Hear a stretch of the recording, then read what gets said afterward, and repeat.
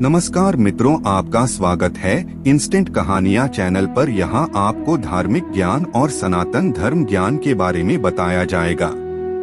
माँ दुर्गा राक्षसों का अंत करने के लिए उत्पन्न हुई थीं। माँ दुर्गा को ये रूप भगवान शिव की पत्नी पार्वती का अंग है। माँ पार्वती ने भगवान शिव को पाने के लिए कठिन तपस्या की थी। माँ के हर रूप की अलग कथा है। आज माँ के रूप महाकाली की एक कथा का वर्णन करने जा रहे हैं।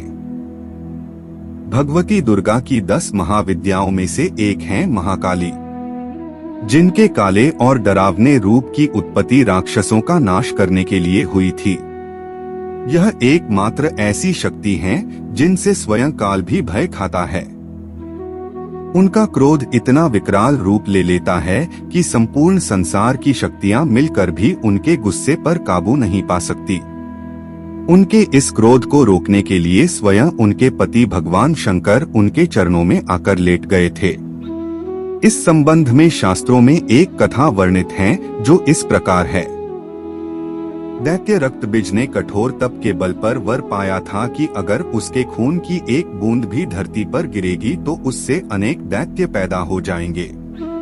उसने अपनी शक्तियों का प्रयोग निर्दोष लोगों पर करना शुरू कर दिया। धीरे धीरे उसने अपना आतंक तीनों लोकों पर मचा दिया। देवताओं ने उसे युद्ध के लिए ललकारा। भयंकर युद्ध का आगाज हुआ। देवता अपनी पूरी शक्ति लगाकर रक्तबीज का नाश करने को तत्पर थे, मगर जैसे ही उसके शरीर की एक भी बूंद खून धरती पर गिरती, उस एक बूंद से अनेक रक्तबीज पैदा हो जाते। सभी देवता मिलकर महाकाली की शरण में गए। माँ काली असल में सुंदरी रूप भगवती दुर्गा का काला और डरावना रूप हैं, जिनकी उत्पत्ति राक्षसों को मारने के लिए ही हुई थी। महाकाली ने देवताओं की रक्षा के लिए विकराल रूप धारण कर युद्ध भूमि में प्रवेश किया।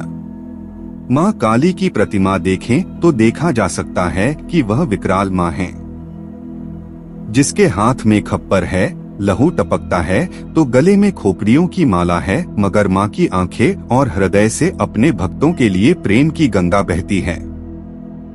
महाकाली ने राक्षसों का वध करना आरंभ किया, लेकिन रक्तबीज के खून की एक भी बूंद धरती पर गिरती तो उससे अनेक दानवों का जन्म हो जाता, जिससे युद्ध भूमि में दैत्यों की संख्या बढ़ने लगी। तब माँ ने अपनी जिह्वा का विस्तार किया। दानवों का एक बूंद खून धरती पर गिरने की बजाय उनकी जिह्वा पर गिरने लगा।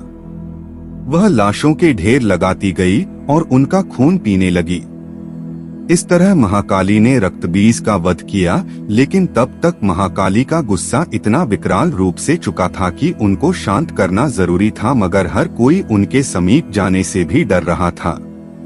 सभी देवता भगवान शिव के पास गए और महाकाली को शांत करने के लिए प्रार्थना करने लगे। भगवान शिव ने उन्हें बहुत प्रकार से शांत करने की कोशिश करी। जब सभी प्रयास विफल हो गए तो वह उनके मार्ग में लेट गए। जब उनके चरण भगवान शिव पर पड़े तो वह एकदम से ठिठक गई। उनका क्रोध शांत हो गया। आदि शक्ति माँ दुर्गा के विविध रूपों का वर्णन मार्कंडेय पुराण में वर्णित है। हमारे चैनल के साथ जुड़े रहने के लिए चैनल को जरूर सब्सक्राइब करें। धन्यवाद।